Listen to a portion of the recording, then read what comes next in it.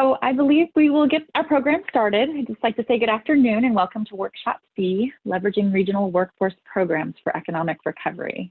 My name is Loreli Cappel. I'll be the moderator for this workshop. I'm Senior Project Director with San Luis Obispo County Economic Vitality Corporation. The EVC is a countywide nonprofit organization and a public-private partnership, and we are in our 26th year of serving the community. Everything we do at the EVC supports our mission to help start and grow business on the Central Coast and create a more vital economy in our region. Since I began participating in the California Stewardship Network and California Forward years ago, I've had a profound experience learning from my peers from across the region and our neighboring regions, from across the state and our neighboring regions in California. And I think what's most important is it really feels good to know that there's someone literally up the way to help guide you and share their experiences on some of the same struggles that we're facing in our region. So I think that this forum here is really important for all of you. In case you haven't realized it yet, you're not alone, and there are others that can support you, and you'll hear from some of them today. So that's exciting. A lot of the work that the California Stewardship Network and California Forward are doing is really to advance, as you've heard this word, the triple bottom line, often referred to as the 3 E's, so which includes social equity, economic and environmental conditions for our communities and our state. So as you steward leaders on this phone and on this line, and such as yourselves, there's a lot of work to be done to kind of further those efforts. And this forum and these organizations remind us that we are all here in this together. So I hope you can take away some new ideas, some new connections, and really make those connections here that can help you lift your region as well. You aren't alone, and there are people with great ideas doing some of the similar work that you're doing in your communities and figuring out solutions to your problems as well. I'm very glad that you all decided to join us for this important conversation today about workforce development, my favorite topic. The format for today's session is going to include 3 speakers, and they're going to come from each region. We'll start with San Luis Obispo, Los Angeles, and then we'll go down to San Diego. And then we'll have some time in between for your questions, and then we'll follow up with a bigger conversation in a statewide perspective. So we'll have about 20 minutes at the end of this program to kind of have a lengthier discussion and dive a little bit deeper into some of the questions that you have. And we really want this to be an interactive format. You've been on a Zoom call if you were at the plenary for an hour and a half now. So we'd like to have this be as interactive and engaging as possible. So please send any questions you have to our, for our speakers to the chat tool, and we can moderate those, or just raise your hand and we'll kind of figure out a way to call on you as we go. I think we've got a good number of people, and I think this format will allow for us to do it that way so we can hear from each of you as well. And with that, I would like to jump right into our agenda. So I'm going to go ahead and introduce our first feature program. Our first program is not your typical apprenticeship program. An organization in San Luis Obispo County called SLO Partners in Education from the County Office of Education has brought together public and private partners across our county to work together on solving our workforce challenges in our region. And we do have our challenges. We'll talk about some of those. But SLO Partners has really forged a true partnership with local employers to tackle several of our systemic challenges here in our county. And the outcome is an apprenticeship model that really has proven results. So I'll go ahead and get into some of that and bring you through our little PowerPoint briefly. And then I'll move it over and let you hear from one of our actual employers, Steve Burnside, in just a moment as well. So I'll dig into some of the challenges, and if you can just pull up the slides, that would be great. Our challenges here on the Central Coast for employees, for example, that we're trying to solve is underemployment and lack of career trajectory. So we joke that we are a region of underemployed overachievers. I've heard that from many of our friends from SLO Partners, because the numbers show that we have a lot of skill here in our region, and yet some of the jobs people are working, they're working a great full-time job, and in the evening they're bartending, to be able to afford a lifestyle here. And that's a really, really big challenge that we need to tackle. So how can we upskill these people? How can we grow higher wage jobs? For the employers, it's the lack of ready access to vetted and job-ready candidates.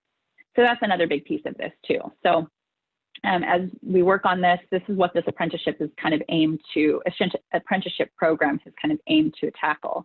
And then for our community, as I mentioned, a high cost of living in the region with a lack of head of household jobs. So those are kind of our systemic challenges that this program really has tackled.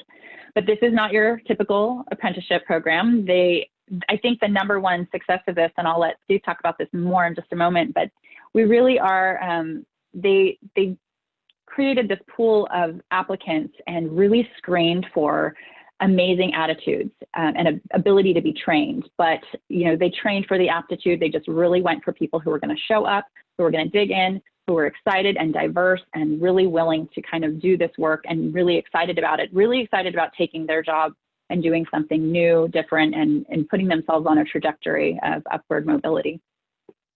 This program was built in cooperation with the employers. This was not an afterthought. There's outreach and engagement with like a lowercase e, where you kind of inform people this is what you're doing, but that was not the case here. That was a really big success of this project and program. And then of course, making sure that the applicants know that the reason they're coming into this is to kind of create an accelerated path to in innovative industries to kind of help them get to a higher wage job in a shorter amount of time with a really great skill. And again, the results are proven. So next slide. You can kind of see just from the metrics and the numbers that this is a program that has real true results, and it's grown in numbers. So it began with Ticket to Tech, and it is now so much more. Ticket to Manufacturing, there's Ticket to Teach, there's all of these really great things because this model has been proven and is working so well. And it's really creating economic results in our community as average salaries are going up, businesses are thriving. It's a really amazing process. And I won't get into the how it works slide. I'll just kind of put it up here for you. Next slide. But I'll go ahead and really take it from here and introduce an employer who you can really hear from firsthand what this testimony looks like and why this works. So I'd like to just introduce, it's my pleasure to introduce my friend, Steve Burnside, the Director of Marketing and Development for Clever Ducks, which is an IT service-based company in San Luis Obispo. Steve is an experienced online marketing consultant and a skilled business coach. He's a team builder, and he's also a guitar player. And he and his colleagues have been founding business leaders and helping inform and design the Slow Partners apprenticeship model. And he's even hired graduates from these cohorts out of the apprenticeship program. So without any more introduction, I'll just go ahead and turn it over to you, Steve, and you can tell us a little bit about your experience with the Ticket to Tech and apprenticeship program. Well, thank you so much. And I'm really honored to be here. And I didn't know it was going to be a guitar session. I would have brought the guitars if I knew. But that being said, you know, with today's title of this breakout being leveraging regional workforce programs, I just want to speak quickly about really our experience with what our regional program is with just Slow Partners. But I also wanted to speak to employers to how to really leverage these programs, because part of the dynamic we run into is that there are programs that are available, but often they fail or they don't go where we expect them to go, because there has to be participation from both sides. So for us, we're what's called a managed service provider. So what that is we outsourced and co-managed IT for between 50 and 60 local businesses. For those of you that don't know our region, our main area has about 40,000 people, our county, a couple 100,000. So we're one of the players in that space here. And we have leveraged Ticket to Tech and Slow Partners to actually bring in employees that have already gone through a certification process. And I want to make a first point here that employers have to have skin in the game if you want any of these regional workforce programs to work. One of the great things about Slow Partners early on, kind of before they even launched, is they came and met with us, they met with the other people in our space, and they asked, what do you need in an employee? What could we deliver to you that you would immediately tell me, yes, we'll hire those people? And that's such a key role, that we as an employer would set aside time, effort, energy, and monetary commitment for new employees to make sure these regional programs work. So when they approached us, in our space, there's a bunch of different certifications. As with probably everybody on this call, you could probably go out and find 1,000 different certifications that could like match your space. But we worked with Slow Partners to find the ones that were most universal and most relevant, and told them, if you can get us people like this, we promise you we'll hire X amount of people. Like it's not, we won't even question it. And that can be a scary thing for a local employer, especially if you are a 10, 15, 20, 30 person shop and you're saying, hey, we'll increase our employee load by 10% if you if you can get us these people. But that is how we're leveraging this workforce program, because we are committing on the back end before they even started. And that is such a key part of this. So we helped create, you can see that slide there. For once again, for the section that we are part of, which is Ticket to Tech, we had the core program. So we helped identify those job needs. The local workforce was trained, and then we already knew as an employer, which employees would match what we are doing. And that's just has been extremely powerful for us. It's also been powerful to be a partner with slow partners, because you can't, as an employer, hope that somebody's just going to churn out employees for you, especially in an environment where maybe when unemployment goes back to low again, where there's not as many choices. You have to have, once again, that skin in the game to make sure that these programs work. So I just really, if I was to say one thing, the one thing that, as all of us on this call, as employers on this call, looking at regional programs and how they can help, the success of a regional program lies as much on the shoulders of the employers and their involvement in that program as the people running the program. Because and I'll speak once again from my space, they could have gone out and gotten a whole bunch of people Cisco certified. And in our space, in our area, in our region, that would not have done much for the employees. That would not have gotten them the job that they needed to be head of household income. Instead, they came to the local employers. We committed that time and effort, made sure we got the people the right certifications. And that way we're able to leverage what Slow Partners is doing and really make an impact on our business. And one really fun story to kind of tell is one of the people that came out of Slow Partners. I just love this story because he was a guy just trying to make a living on the Central Coast, like so many people are. 2 young sons, just trying to get by. And because of how Slow Partners, worked with us Clever Ducks to get him trained, because he had the attitude, and then we were able to train him in the certification paths. He's now been with us almost 2 years, has insurance for his kids, is moving up, got a substantial raise, and now is able to make a living on the Central Coast, support his family, and really that's what the dream is all about.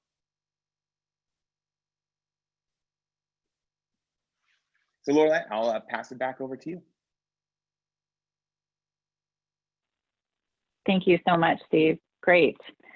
Well, so we are taking questions for Steve. We have a couple minutes, so I'd love to kind of just start with, kind of a little bit, tell me about how you were originally contacted and how this kind of relationship began. I know one of your partners, Amy Cardell, is deeply involved in tech and had a relationship to begin with, but how did Clever Ducks become the one at the table, or one of the many at the table, to really get this going? Yeah, great question. I mean, the easy answer to that is we said yes. They the original kind of executive director of the program came to us really with an idea, not even with very few bricks in his hand to build it. It was kind of, I have this idea.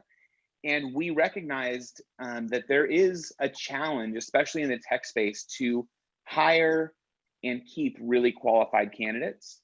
And so that's really on our hearts where we work. We also want to provide great living and great work-life balance and all of that. So we just said yes. We said whatever you need, however many lunches you need, however many coffees you need, however many times you need to come to the office and kind of work these ideas through, we're here. And if we can kind of get to a space where even preliminarily we could say, man, if you were putting out people that had, for us, there's a certification called A+, Net Plus, and Security Plus by CompTIA. And we said, if you can hand me people that have those 3 certs already, we're going to hire them. I mean, we'll commit to you to bring them on. And so that's how we really got involved, by just saying yes, and on the front end, committing our time, resource, treasures to the program, and just saying whatever you need, we're here to help and be a voice, and hoping that this thing really takes off. Excellent. Great. We have another question in the chat command. So I don't know if I can probably speak a little bit to it, but I'd love to hear if you can explain how the screening for attitude works. There's a screen for attitude and train for aptitude. tagline? What does that mean to you, and how do you think they really pulled that off to get such great candidates? Yeah, I mean, I normally meet everybody, just to be totally transparent, after they've been screened. But my understanding is that there is quite an extensive interview process and kind of screening process to screen for attitude. And I think the key takeaway there is they're not screening for a resume, right? So when you say you're screened for attitude, not for aptitude, it's that you're not looking at the resume of skill set to determine if this person is an appropriate fit for the program. Now, we've had quite a few people that have gone to the local community college, already had some skills in the space, or have worked in the IT space, fixing their family's computers, or, whatever the case might be.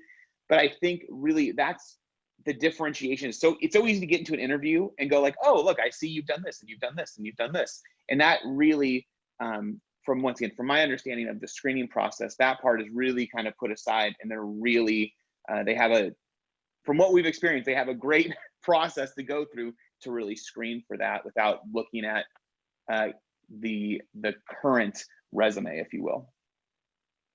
Great, excellent.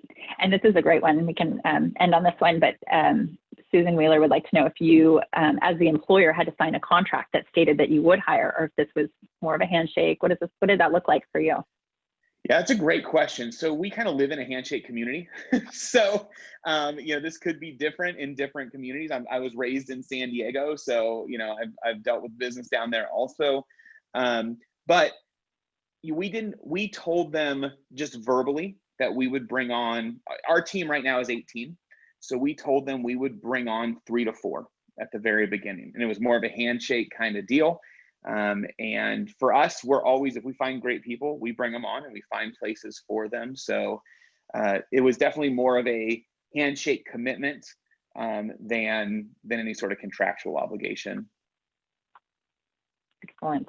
Good. Well, great. We'll probably have more questions for you. So as you guys are listening and come up with more for Steve, please throw them in the chat box and we'll return to that at the end of our program. But I'd love to now turn it over and kind of introduce our speaker number 2. Jessica Koo Kim is the Senior Director of Workforce Development at the Los Angeles County Economic Development Corporation.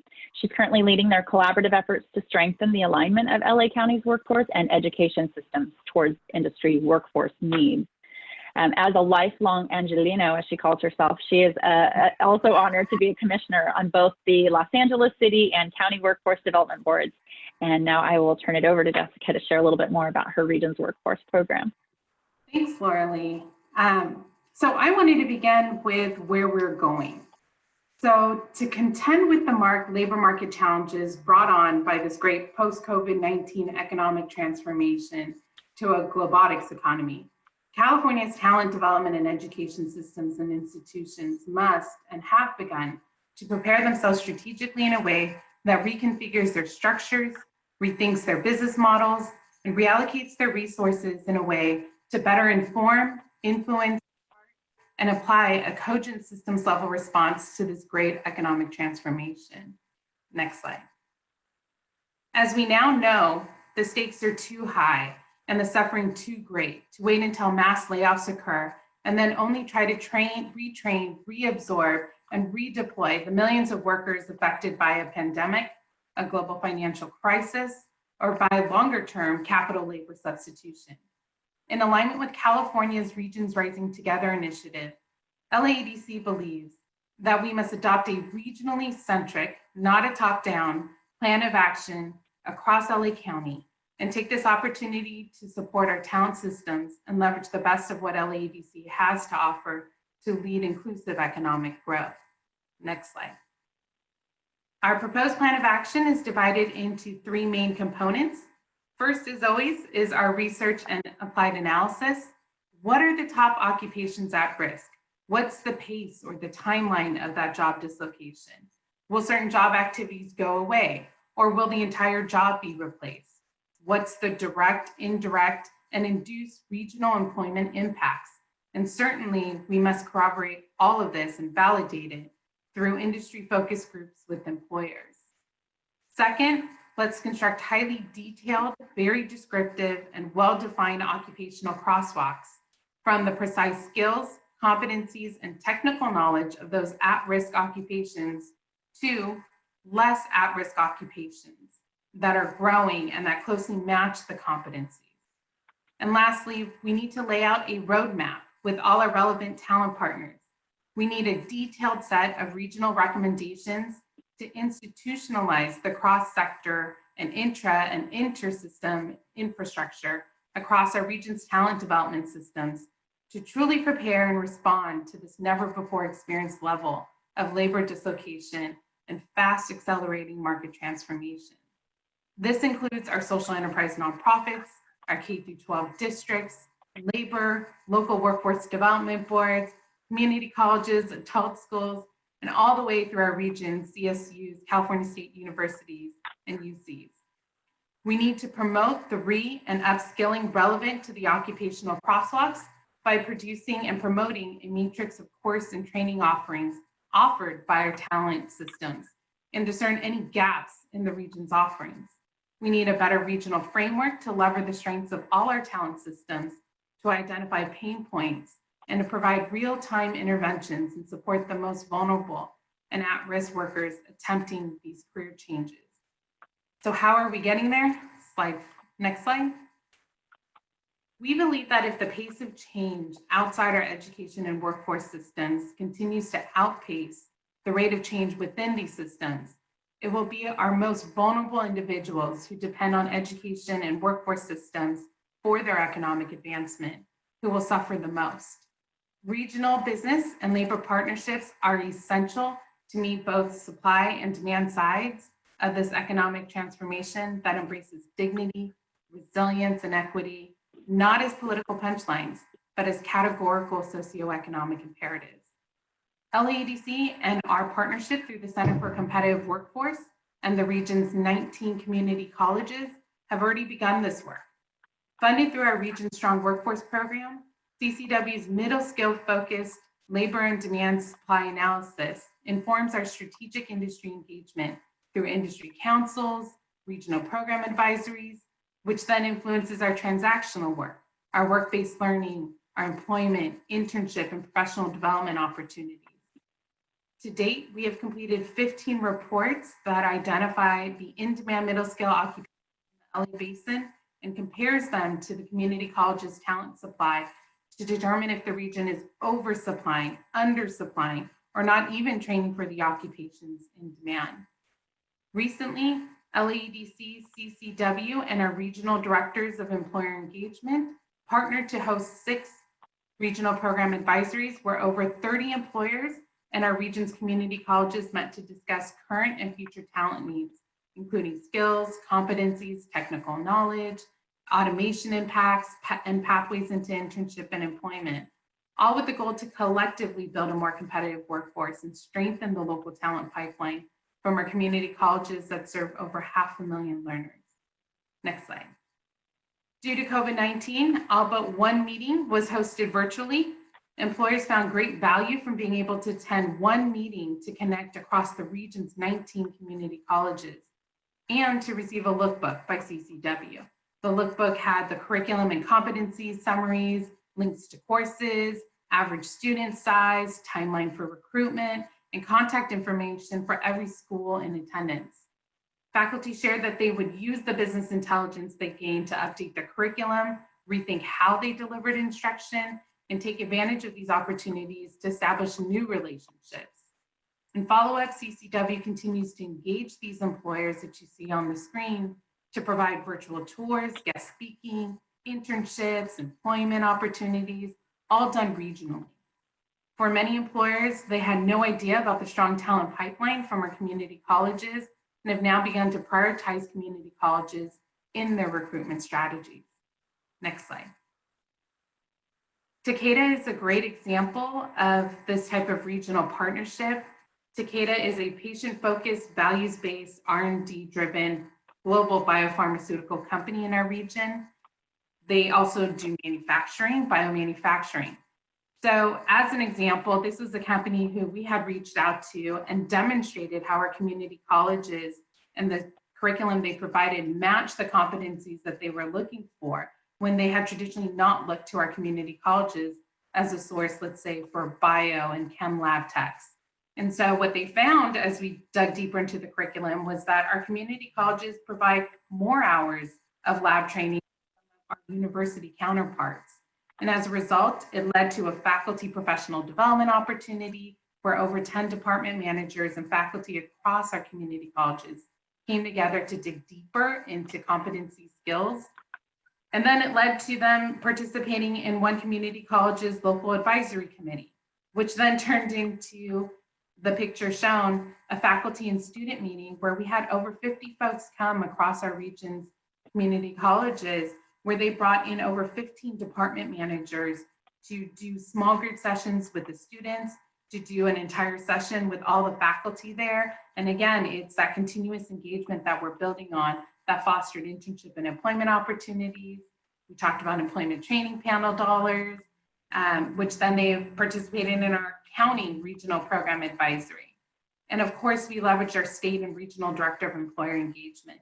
And so we really think this type of regional engagement that's ongoing, that's continuous, that's seamless for employers to engage across such a vast system is critical to building the infrastructure and to strengthening the partnerships between employers and our talent system.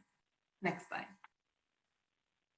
And lastly, to be more demand-driven, industry responsive, and future forward and adaptive, we need to connect in real time.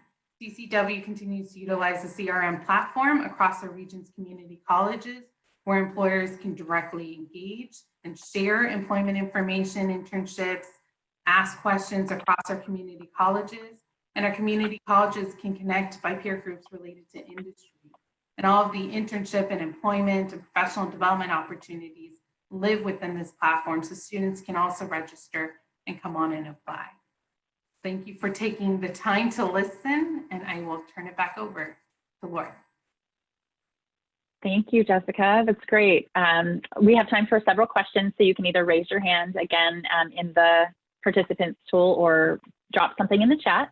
But I love this question because I had the same one. So can you just share, Jessica, a little bit about the crosswalk talking point a little bit, maybe an example or two of at-risk or low risk? What is the crosswalk? Sure. Yeah, this workforce crosswalk. You know, there are a lot of occupations up and down California where we're really looking at low wage, perhaps even low skill occupations. And what we've seen really in this pandemic is the downturn in the retail sector. So the notion is, how do we really map out the competencies in the retail sector as just one example? And for folks who are looking to perhaps enter a new industry or to retrain or upskill, how do we map out those competencies and then think through what are the other occupations that won't be giving way to automation in its entirety or in part? What are other occupations that are in demand in the region? Let's take a look directly at those technical skills and competencies and draw connections. You know, is it a 50% match? Is it a 75% match? The notion that one person isn't going to leverage their transferable skills, it would be a disservice to that individual to say, hey, you've worked at in retail for a really long time, and let's just jump you in within 3 months, you'll be an IT professional and you'll make a six-figure salary. We really need to lay it out. And in addition to that, then who are the educational partners that can come alongside and do that? Excellent, great. I think the next one would be a little bit more about the role of engagement of adult education programs in your work. Can you tell us a little bit about that? Sure, so I'll be frank, we haven't done as much as we could. A lot of our adult education, the consortiums are led through the community colleges, but we honestly haven't done enough. It's something we're looking to build in LA County and do more of and integrate these systems and find their strengths and the points of that. But I'll just be very honest, I haven't done a good job in engaging our adult education. There's always time. There's always time. So.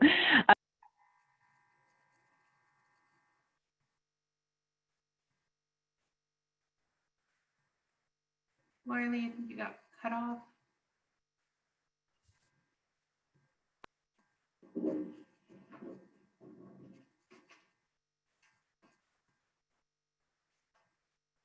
Wondering if I got cut off. I'm back. Can you hear me now? Yes. Okay. Sorry about that. AirPods dropped. So I just want to ask you a little bit about, what was that? Oh, virtual world. So here we are in COVID and everybody's working remotely. How have you changed your model and how are you pivoting in these strange times? Sure, absolutely. Thank goodness for virtual programs like Zoom or Microsoft Teams. We've made an entire pivot to host these meetings virtually. So we've done report webinars, we've done these meetings, our regional program advisories. I'll be really frank, the attendance increase. So we've seen an increase in attendance from employers and our community college partners to utilize technology. So it's been a real great way to quickly and systematically engage. Excellent, great. And then real quick one, last one to wrap it up. Can you tell us about the CRM that you used? Sure, so we did an RFP, but we contracted with Launchpad and we've taken that platform and customized it to add in the bells and whistles that our community colleges are looking. So anyone looking to do that, I always say start with your minimal viable product. And every year we set aside a budget to make improvements. So based upon the feedback from the community colleges and the employers, we're adding functionality. So we're adding geotagging right now for the internships and employment opportunities. So the community colleges could subscribe and get a weekly email into their inbox that says, 10 new internship opportunities popped up within a 15-mile radius of your school. And so they'll be notified of it. And if one interests them, they can then log into the system and get more information. Excellent. I've been really curious about geotagging too, and in a lot of this work recently, like to capture your audience or to cast a broader net. So I'll probably follow up with you on that one too. So thank you. Thank you so much. I really appreciate that. And we will probably have some more questions for you at the end, but I wanted to go ahead and take a second to introduce our next speaker. Speaker number 3 is Kate Gallagher. She is the Economic Development Manager for San Diego Regional EDC. She leads the EDC's talent development work, facilitating stronger relationships between industry and education systems in San Diego. And she's currently leading a 3-year initiative called Advancing San Diego as part of the JP Morgan Chase's Advancing Cities Initiative to drive inclusive growth in cities all the way across the United States. So Kate, I'd love to turn it over to you to tell us a little bit more about this initiative. Yeah, sure. Thank you. Hi, everyone. Thanks for joining us today for this breakout session. Again, my name is Kate Gallagher. I'm with the San Diego Regional EDC. As Loreli mentioned, our 3-year project is funded by JP Morgan Chase as part of their Advancing Cities initiative. And the initiative really seeks to look at systems level approaches to driving more inclusive growth in cities. And so our project, it's a 3-year project. Our partners are WIB, the San Diego Workforce Partnership, the San Diego Community Colleges Association, the United Way of San Diego, and the City of San Diego.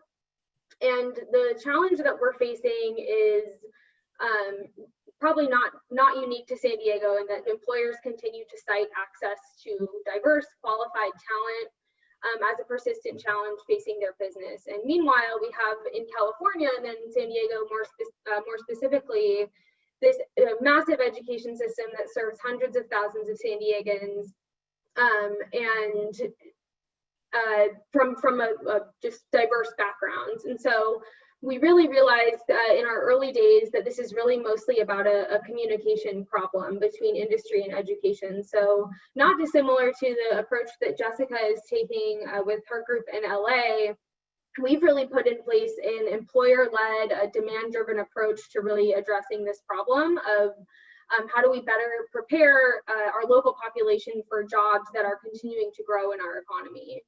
And so what we found was that there's not really a consistent approach that engages employers in conversations about talent pipelines that actually incentivizes and inspires adaptation of our education programs locally. And so we're using a framework developed by the U.S. Chamber of Commerce Foundation called Talent Pipeline Management to really put some structure in place in terms of how we're engaging employers in these conversations.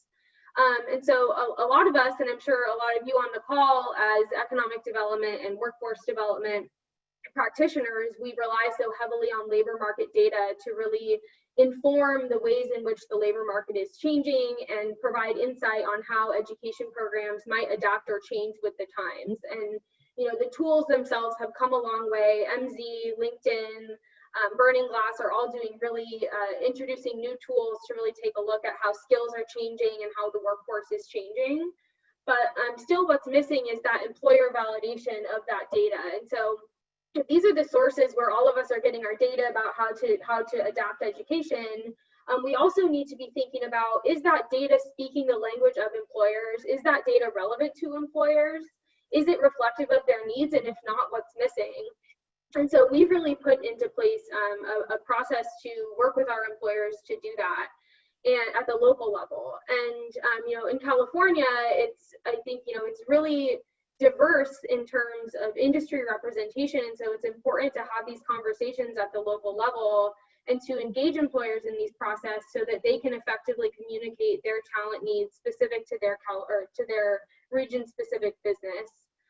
It also serves as an engagement point for companies who, in San Diego, we're made up of a lot.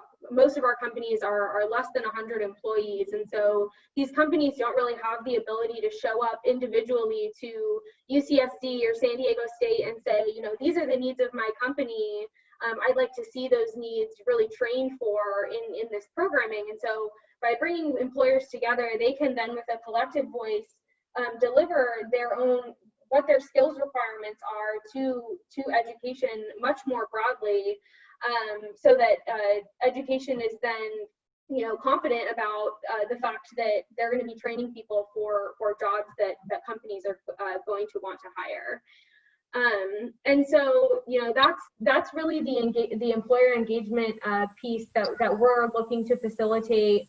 And so advancing San Diego, and I think I did have a slide that kind of talks about the goals of the initiative, but it's really to get that better communication line, that better feedback loop between industry and education. It's really a collective strategy between all of the different stakeholder groups who all have really clear and defined roles about how we tackle this issue so that we can more effectively serve San Diegans that are going through our local education programs.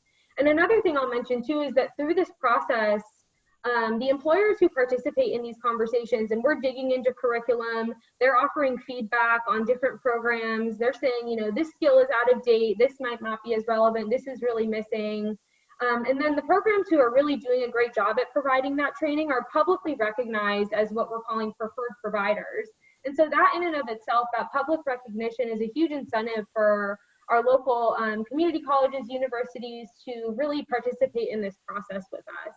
And it's also an opportunity for our employers to gain a better understanding of, as Jessica mentioned, the capabilities of our local education system and their willingness to adapt to the changing needs of our local industry.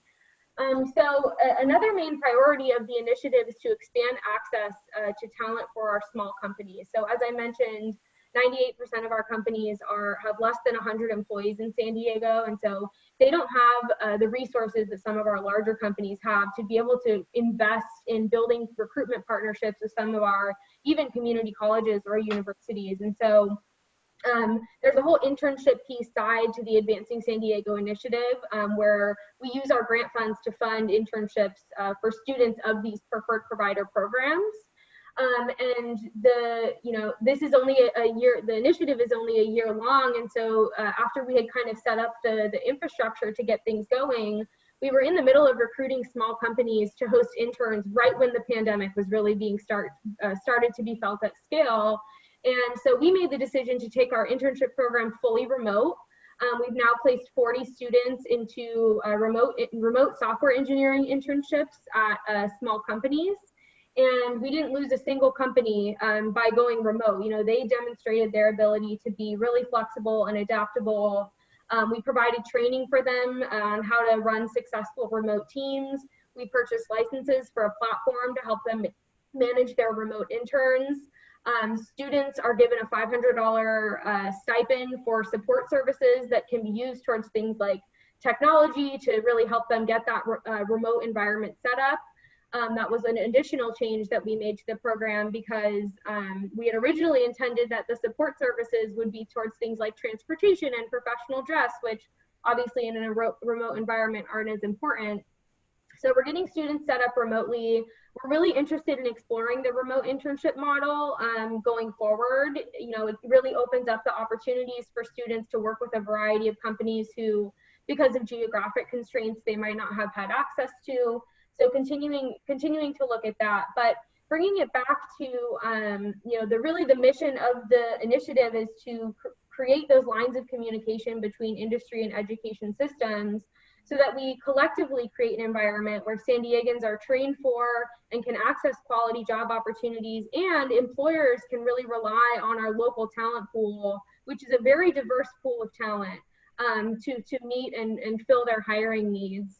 And so with that, I've invited Lisa McGuire, who is heads up HR for Northrop Grumman here in San Diego, and they have really been a leader in demonstrating a really strategic commitment to local talent development and expanding their connectivity to underrepresented, underserved students, and really putting together a really clear pathway to qualification from our local education institutions through a 4-year degree into careers at Northrop Grumman. So really recognize Lisa and her team's leadership in pushing the local talent development strategy forward in San Diego. And with that, Lisa, I'll pass it over to you. Great. Thanks so much, Kate. And can you hear me okay? Yeah, we're good. Great. Wonderful. I just realized that my camera is not operational on this laptop, so sorry you can't see my smiling face. But thanks for the opportunity to chat a little bit about Northrop Grumman and what we've been doing with the local community colleges here in San Diego. So I'll take you back a few years ago where we were starting to struggle from a talent acquisition perspective in finding available engineering talent in San Diego. And I remember at the time looking at the unemployment rate in San Diego for engineering technology positions, and the rate was 0.08% unemployment, which really told us that if you're not working in an engineering job and you live in San Diego, it's because you don't want to work in an engineering job, right? I mean, we had really essentially tapped out the market. And so our talent acquisition team pivoted and started doing a lot more recruiting outside of San Diego. And around the same time, we were starting to work with the EDC. We have some executives here at Northrop in San Diego that were already working a bit with the EDC, but starting to look at this initiative that Kate described and trying to understand how we might be able to tap into the underserved population in San Diego and find a way to give them opportunities to get the kind of education, the STEM education that we hire for. And so we started something we call the Inclusive Workforce Initiative. And it's really still in its infancy phases at this point. But what we did is we started working with community colleges to identify some of their top students. And, oh, great, thank you for the slide. Where we didn't currently have an avenue to bring them into the company. So I would step back and just say that we have a very rigorous, very active intern program with universities in San Diego, primarily UCSD and SDSU. And we also have a program called HIP, which we're actually in the process of re-architecting this year. And the HIP program focuses specifically on high schools, and there's a certification process that the high school has to go through in order to become a part of our program, because the students for performing the internship with us actually receive school credit. So it's important that there's a really rigorous program in place. So we had those programs, but there was no way to bring in community college students, right? Because we were targeting 4-year universities and they were already out of high school. So we decided to work with our people engineering organization. We are a company that has a matrixed homeroom model for our employees. And we worked with the leadership there to look at the jobs that our engineers perform and carve out some of the less complex engineering work that they do that you could reasonably give to someone without a 4-year engineering degree, and they could, have a good shot at being successful. And so we started last year bringing in a small number of students that had been vetted through their community college. And we found actually the community colleges have really great programs already set up where they evaluate their students. They work with the students with career counselors, making sure that when they're doing an internship, that they're keeping their grades up, and that they're, and that their internship is actually a valuable learning opportunity. They're not coming to Northrop and filing paperwork or something like that, right? That where they're not learning something of value. And so the schools have been terrific to work with. And we found with the first small group of students that we brought in, not long into the internship, the managers that they were working for were already saying, hey, I want to hire this person full time, as soon as they get done with school. And so our kind of pathway for these students is to get them at the community college phase. A lot of them can't afford, the 4-year university, or just don't have, the means or access to it. So we bring them in to do this internship during that 2-year community college tenure. And then, assuming they work out, and so far they've all worked out beautifully, then the idea is to hire them on full-time or even in a part-time capacity, and then allow them to access our education reimbursement program so that we then help them pay for the remaining 2 years at a 4-year school. And at the end of the day, it's just a win-win all around, because we have people that now have that 4-year STEM degree. We've helped provided the means to them. So it's obviously, just a really feel good, kind of initiative, because, you're helping folks that might not otherwise have access to these programs. And at the end of the day, we've got a great, employee who is really committed and excited about their work that they're doing. Being a big company, sometimes we will run into little bureaucratic roadblocks here and there. We had a couple of those as we were going through this program. One that was kind of funny. I had tasked my HR team to work on this initiative. And one day I went into a meeting they were having to kind of check in and see if they needed some help. And they had all been struggling with the fact that we had no job code for a community college intern. And they were trying to figure out how they were going to work with compensation at corporate and add a new job code. And I remember saying to them, well, just use a generic part-time job code. And they're like, but the job code doesn't really reflect what we're doing. And I said, I don't care. I just want to get these folks in here, right? Who cares what we call them, right? Or what job code number we associate. We just want to get them in here and give them the opportunity. So there were some kind of funny things like that along the way. We just started our second round of interns, 8 interns here in Rancho Bernardo. They started the last week of May, and already I'm getting requests from managers after not even 1 month of time with them to make them full-time offers.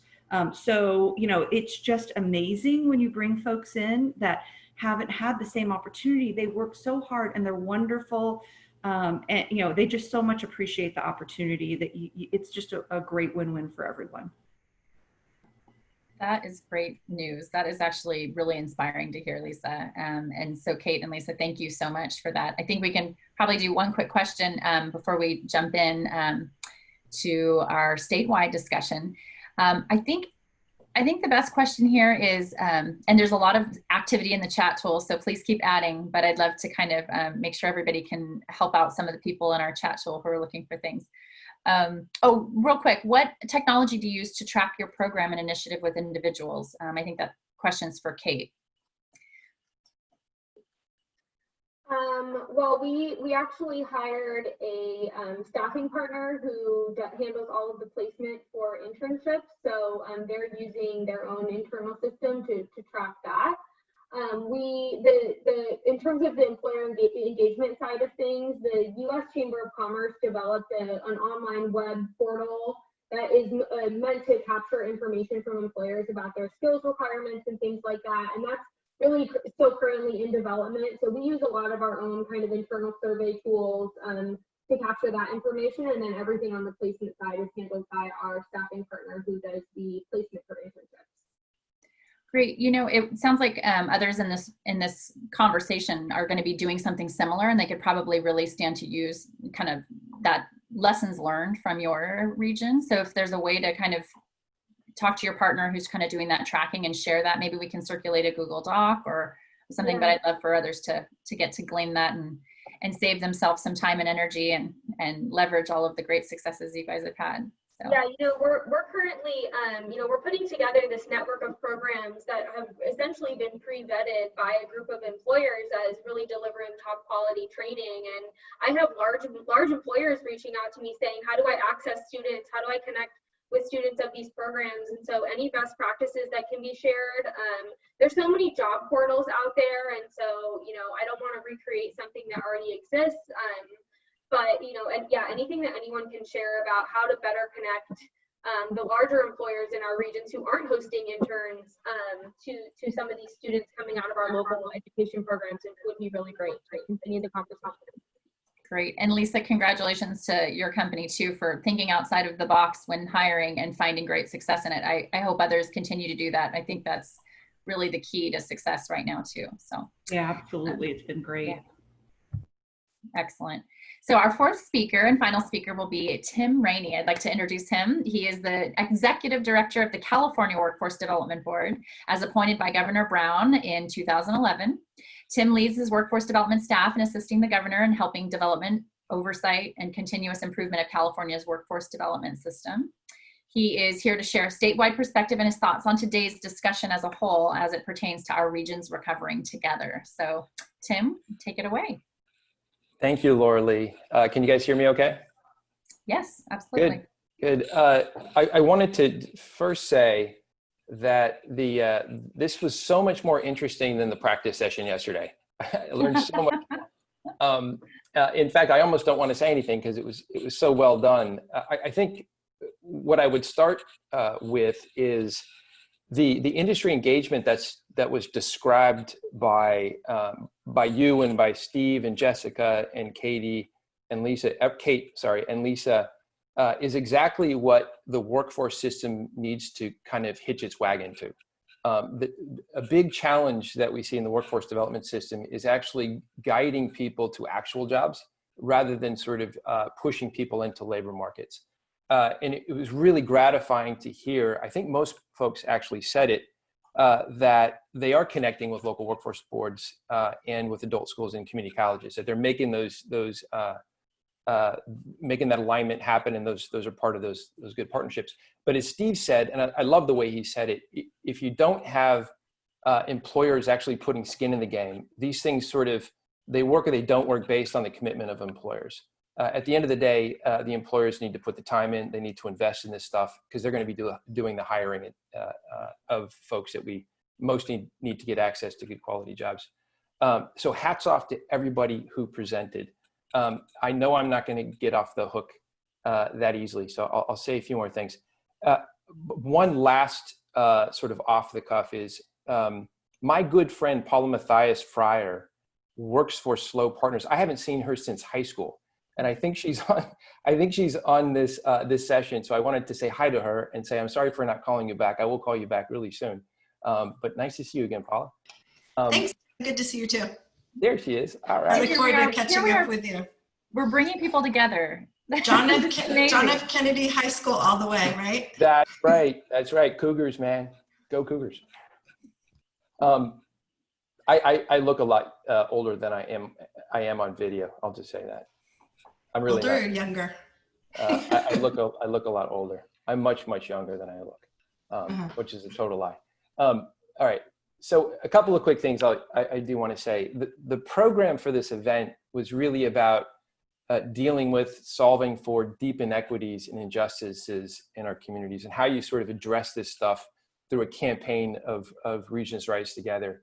The workforce development system traditionally has been, in my mind, going at it the wrong way. And workforce boards across the state, colleges, and adult schools are really changing the way they do business in really significant and impressive ways, sometimes against the odds, because the way, you know, people like me, bureaucrats in Sacramento, bureaucrats in Washington, D.C., and even at the local level, put all these requirements on dollars, strings attached to it, make it really hard, I think, for programs to do the things they need to do to make a difference in people's lives and to really change the dynamics in a community.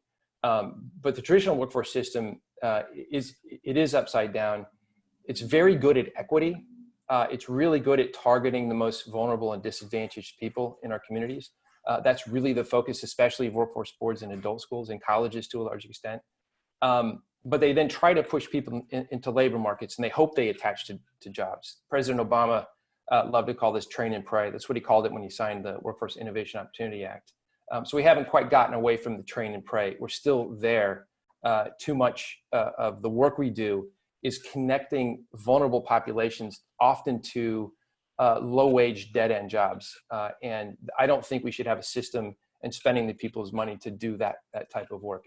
It's not, obviously, it's not moving the needle on equity in the state. The other thing I want to say is you really can't have equity. One person brought this up in the plenary sessions, Kate Gordon, my good friend Kate. You really can't have equity if you don't have job quality. Again, connecting people to any job is not really the answer. You have to be sure that we're connecting people to the kinds of jobs that'll help pull them out of the circumstances they are in and into the middle class. All of these projects we heard about in this session are all focused on that. You got good employers at the table. You're connecting workforce systems and programs. They're hitching their wagon to the industry sector you guys are doing, sector work that you guys are doing. So it's really, it really has the potential of moving the needle in the ways we want to see it. We certainly have to scale up. They can't be a couple of good programs across the state, but it really has to be the way the state does business around workforce and economic development. The State Workforce Development Board has three kind of main elements that drive its agenda, that shapes our state strategic plan that we develop on behalf of the governor, our investments from the state level, and our collaboration with local workforce boards and colleges and schools and with industry. And there are three things. One is organizing and planning regionally. Jessica, I think, laid this out brilliantly, and the LAEDC is doing terrific work around this, pulling together partners across the region to really focus on what's happening in the region in terms of industry sectors. Industries and job seekers don't give a flying fig Newton about political or program jurisdictions or boundaries. They willingly cross those things on the daily. We've got to figure out, taking a page from Jessica's book, on how to identify industry sectors that are driving regional employment, and then organizing workforce systems around those sectors and the companies inside those sectors that are particularly providing good quality jobs for people. The second one is what we call high road industry sector work, but it's really sector work that has a few principles that get to this concept of high road. The first is job quality. So again, you can't have equity if you don't have job quality. So we start with the best jobs. So in those industry sectors that are driving employment, we're picking out the companies that are providing really good quality jobs that pay well. The kind of jobs that the Clever Ducks is providing. I think Steve was really articulate about how they think about recruiting and training and promoting its workforce. But these are companies that treat workers not as a cost to be reduced, which we too often see, but instead as an asset to invest in, the workforce as an asset. The second piece in that high road sector work principle is worker and community voice, and that's a difficult thing to attain. I'd like to hear from these projects if they've thought about or if they've accomplished having workers and community at the table and co-designing what kinds of training programs are offered or are offered inside sectors or even inside companies. We should all be looking at data on future trends and co-designing the future of work. That's really crucial, I think. And then finally, the equity piece is create pathways to those really good quality jobs from a workforce program. So really tying those directly to workforce programs. So we're pulling people into good jobs instead of pushing people into labor markets and just hoping they connect. And everybody on this call talked about doing that. And the final piece, number 3, is this multiple employer approach. It's something I've thought about a lot in working with workforce intermediaries like the folks on this call to not just work with a single company, but working with multiple companies inside the industry sector to create regional talent pools. I think as Jessica might have put it, somebody said talent pools. That way workers have maximum mobility across multiple employers. It just increases the opportunities for people to connect, to get good quality jobs, but it also builds resilience inside an industry sector, something that we talk about a lot, that we can talk more about on this call if there's time. I want to finish with Martin Luther King. He said it in beautiful ways, and I'm not going to even try to say it, read a full quote, because I'll just probably start to cry. Social and racial justice isn't possible without economic justice. So our end game at the state level, and I think our end game with the people who are engaged in California Forward in this work of Regions Rise Together, our end game is not regionalism. And the end game is actually not even good sector work. Those are a means to an end. The end game is economic justice for those communities that have been locked out of prosperity for generations. So we take the good work that you heard about here, we scale it up, and we connect those workforce development programs that are really focused on the hardest to serve, people who are most vulnerable, and you connect those people to the best possible jobs that we have in the state of California, and then we move the needle on poverty. Excellent. And I'll hand it back. I'll cede my time. Thank you. No, you did great. I could listen to you for a long time. That was wonderful. So thank you. And I'm glad that you were able to tune into all of the sessions and kind of synthesize it. So you made my closing comments really easy. You did them so much more eloquently. So now we actually just get to take some time. We have about 20 minutes for an open discussion. I'd love to invite people actually to just come off mute and ask some of their questions. There's some really good ones in the chat tool. So if you've already placed your question to the group and you feel like you'd love to direct it at someone, please just let us know exactly who you'd love to ask a question to and what your question is.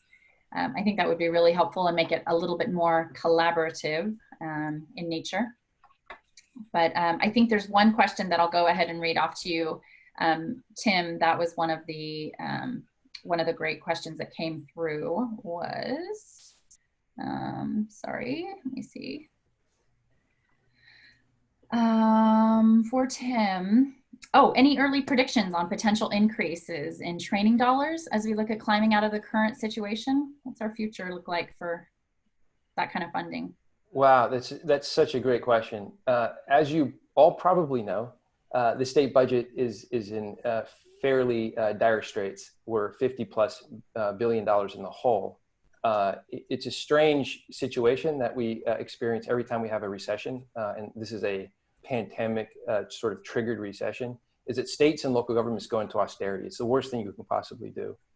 So we're actually cutting back, unfortunately, on available job training funds and hoping, because the only way for states to avoid deeper cuts is if the federal government comes through with stimulus funds. So there is a very good chance that the federal stimulus next round will include increased funding for Workforce Innovation Opportunity Act, and that will help push job training funds out to the state.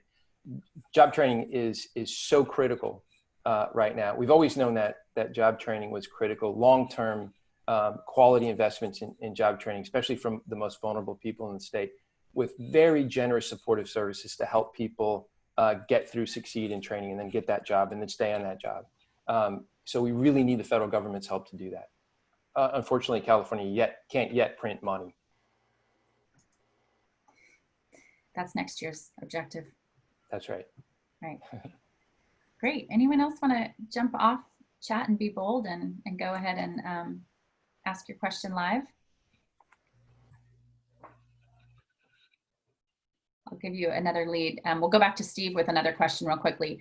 Steve, can actually, maybe this might be for Paula, who's already done a quick cameo too. So for Slow Partners is the question, what's the connection, if any, to local public workforce programs? Can you tell us about your experience with this apprenticeship program and the Workforce Development Board in our Slow County? Sure, we work a lot hand in hand with the workforce development, WIOA, for example, And just we're on a task force with EBC, with Loreli, just finding out what, in what ways we can best be utilized, what businesses are out there that are really looking for employees, and how we can help to fill those talent pools. So we work across the board with different organizations. Excellent. Great. And Thank you. I'm sorry, is it okay to come off mute and ask a question? Please, please. Yes. Sorry. So I'm interested, this is Susan Wheeler with SMUD. I'm interested in learning about any programs out there that are focused on workers who are not interested in going to college, whether it's community college or to university. So I thought it was great, Lisa's program in working with community college. I think that's really admirable. But there are a large number of folks who have just, they're not interested in going to college, or at least not right now. And they really need kind of good career paths. So are there any programs out there or any consortium that are working on those types of programs? This is Lisa McGuire. I can talk about what we're doing at Northrop. We do have an apprenticeship program, and it is focused on individuals that have no interest in going to college. We certainly do a lot of manufacturing at Northrop Grumman, a little bit in San Diego in one of our other sectors here, but where we do have our larger manufacturing plants across the country, we do use the apprenticeship programs, in those areas locally to bring individuals in to, really expose and train them to, other hourly type positions that we have. And I know that very recently in San Diego, we call it our mission systems sector here, we do have some leadership individuals that are starting to work to implement that apprenticeship program. The other thing that we've been doing that is perhaps a little bit controversial, but I think incredible, in Palmdale, we have one of our largest manufacturing sites, and we've been working with an organization there who works with the homeless community, particularly homeless veterans. And we've been working to actually hire on homeless veterans that go through this local program where they help them work through whatever issues that they've been dealing with, whether it's mental health or drug addiction or whatnot, kind of get them back up on their feet. And then we bring them in. We obviously do not communicate to anyone that they were homeless, but we're having some good success there too. And I think that in my mind, that certainly wasn't my idea. I wish it was, but I think it was a pretty innovative approach to helping the community. And I'll add to Lisa's comment. So I know that the LA County Workforce Development Board also came in as a partner for that project to really help recruit the veterans and to leverage the entire workforce development system and all their resources there to really support Northrop Grumman in that region. I would also add, apprenticeships, and like we heard in SLO, and pre-apprenticeship pathways are excellent ways for a lot of folks who aren't looking for the traditional educational pathway to enter into living wage opportunities. So whether we're talking about traditional labor or non-traditional apprenticeships, I think those are fantastic ways. And I think one of the strengths of our workforce development boards is that short-term training. So perhaps for folks who don't want to commit to a 6-month training, but could do an accelerated 2-month, 1-month, 3-month training with an employer partner at the end who's looking for that talent pipeline, which is why they would do that type of contract training. I think that's a really great way to do that. I know at my time at South Bay Workforce Investment Board, we had looked and done a lot of this type of work to support employers like Northrop Grumman to our apprenticeships in the construction industry. Yeah, this is Tim. We're also really focused on occupations and careers that don't require a 4-year degree. We often find that skilled work does require some level of training beyond high school. So we look at certificate programs in the colleges, in other schools as ways to get people that sort of ticket to good quality jobs. But for SMUD, it would be interesting, Susan, to talk about the work we're doing with IBW 1245 and access to line person jobs, which are well-paying, but also tree trimmers. We're sort of gearing up with 1245 across the state and PG&E to create access to improving jobs in tree trimming. So lots of opportunities, I think, there. I just want to chime in real quick. Go ahead. I was going to chime in real quick on that a lot of that idea of a needed 4-year degree is becoming more and more, I guess, in my opinion, industry specific. So in the industry I'm in technology, it's really easy for somebody to actually go get certifications that don't require a 4-year degree and get a job. And in most part, a lot of the employees when we screen, certifications can actually be more important. So I think what a lot of industries are doing is they're actually recognizing the importance of an apprenticeship type program or a certification type program, like a lot of our overseas counterparts are doing already. So I think it's just really important for people to recognize there are industries that are just really, that are much more able to receive that kind of workforce. It's going to be really hard just across the board to say every industry doesn't need a 4-year degree or a master's degree. I mean, obviously that isn't realistic, but if you do just a little bit of research, you can see that there's quite a few industries right now that have really leaned into the idea of certifications, apprenticeships, and things like that. So I'm very encouraged by that, by what we see from the community college level all the way up to just certifications. And I think we'll probably see more of that. So if there's a feeling like people have to get a 4-year degree to get a good job, I would say just do some research on what is going on out there, because there really are a lot of good things happening for those people that don't want to go the 4-year route. It's such a great point, Steve. Sorry, Laura, can I just, it's such an important subject. Steve makes a great point. In tight labor markets, we've seen that the requirements for particular occupations tend to go down. In loose labor markets, they tend to go back up again because employers can be a bit more choosy about who they hire. So it is a bit fluid depending on what's happening in the economy. But we have seen, as Steve had pointed out, is more and more employers are saying, do we really need a 4-year degree, or do we even need a 2-year associate's degree for this particular occupation? But instead looking at quality training programs and especially apprenticeship to get that workforce. They're finding it is actually made it easier to recruit and hire. Yeah, I want to second that. Oh, sorry. I want to validate everything that everyone's saying, and it's definitely what we're hearing down here in San Diego. What's been helpful for us is in our conversations with employers, we really focus on developing skills-based criteria for some of these high-demand jobs that we know are in high demand and will continue to be in high demand.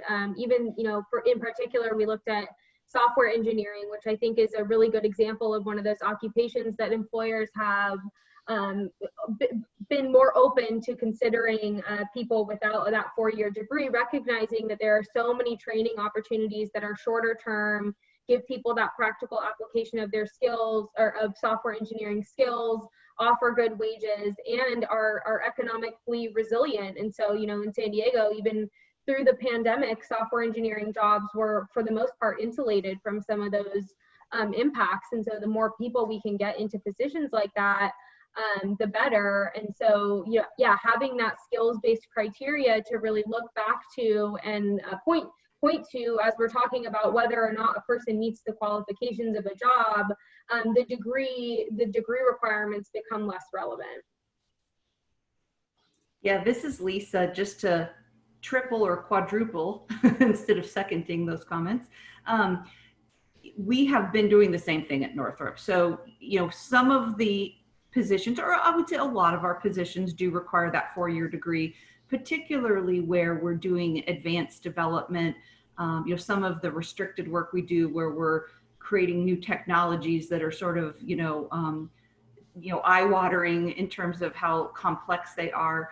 We're going to have people with 4-year degrees, but we've actually been going through a process just in the last year to identify which engineering positions we would hire someone into without a 4-year degree, and really sort of opening up, the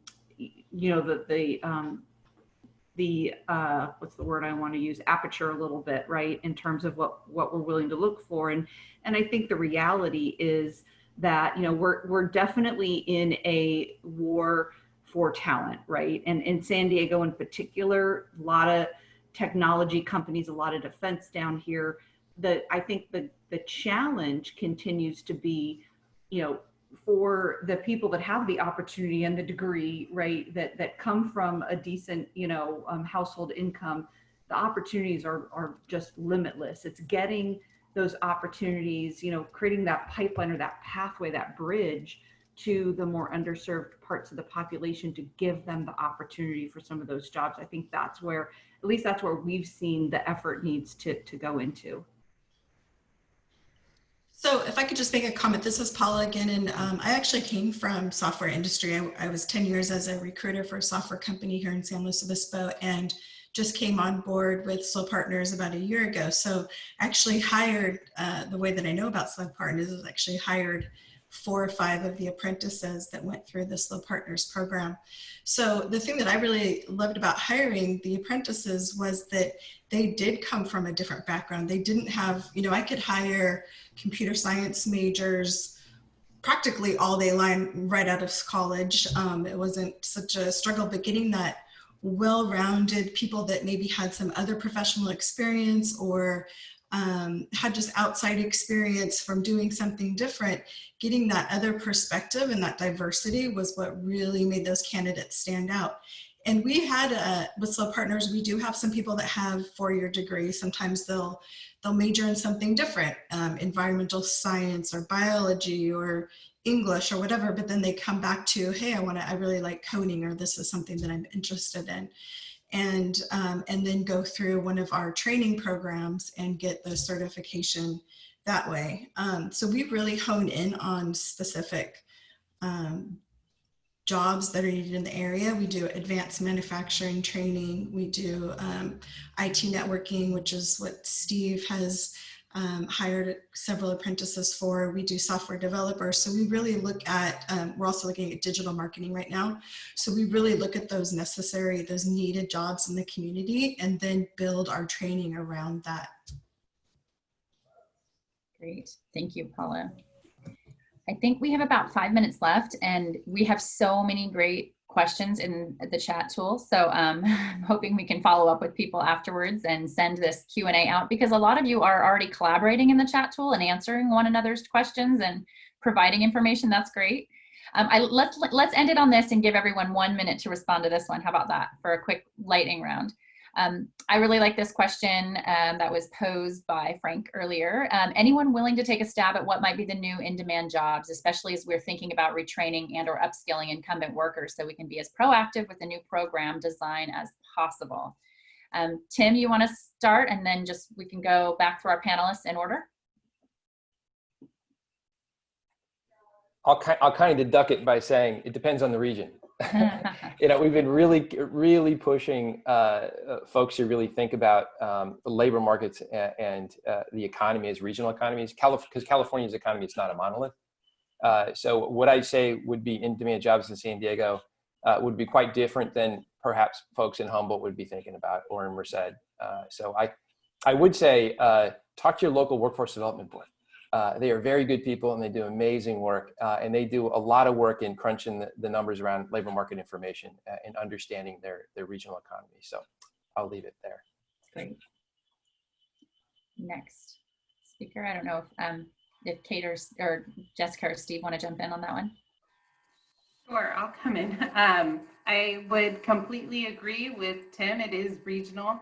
So I think your local workforce development boards and your community colleges and all of their regional and local plans have to be data driven. So there's good information in those published plans as a source, but also I would say your local economic development corporations are doing a ton of work in this space. So I would highly encourage to get in touch with them. In LA, we can definitely say healthcare is in demand, and very much so right now. And we have a significant digital media presence. I mean, we have a lot of industries, but again, we'll see what the data says. We do weekly webinars that are going to now turn into monthly webinars around the data. And I'm sure other EDCs are putting out similar information. So I would say stay tuned. Great. And Kate, how about you? Yeah, sure. We've been taking a close look at how we can remain effective at supporting individuals who have been most impacted by job loss because of COVID-19. And I've just, in some of our preliminary research, and there's, as Jessica mentioned, a lot of great data tools out there talking about skills transferability from lower wage work that is more at risk to not only economic disruptions, but generally things like automation and digitization, and what is the skills transferability from that low wage work into higher wage work. And I will just say that sometimes it's not so obvious, and so really relying on the data to really tell you where you might pull someone from something like a restaurant job into something like a job within as a health information records technician, which those two roles actually, according to the data that I've looked at, have 88% skills transferability. And so sometimes it's not so obvious. And so I would just echo what Jessica said in reaching out to your workforce development board individuals and your economic development professionals to hopefully provide some insight into some of that skills transferability in developing workforce programs. Excellent, thank you. And I'll take, I guess, the final stab at it here, which, you know, in the tech world, because of my filter, I would say if you had to tell me to choose one job for somebody right now and one training, it would be in the cybersecurity space, because that's going from a place where it was only really big companies hiring cybersecurity down to now it's the sole proprietors that are recognizing the need for that. And the further away general users, you know, the easier technology is to use for the general user of technology, the further away people get from how it actually works.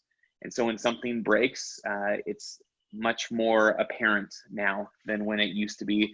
When we all started using computers back in the 80s, when it broke, most of us had some idea what to do. But cybersecurity would be my answer for you. That's a great answer. Perfect. And you put us right on the money here at 4 o'clock. So I'll just wrap it up with a moment of quick closing note. I just wanted to say thank you all again for joining. This was a long, amazing summit, and you've made it to the top of the summit. So we've enjoyed this discussion. I've loved the ideas. I love that you are all solving each other's problems and answering some questions on there. Next steps, I really hope you can take some of this information back to your regions, or use the contact information that's been provided to you, or contact our people over at California Forward and ask for some more information on some of these topics.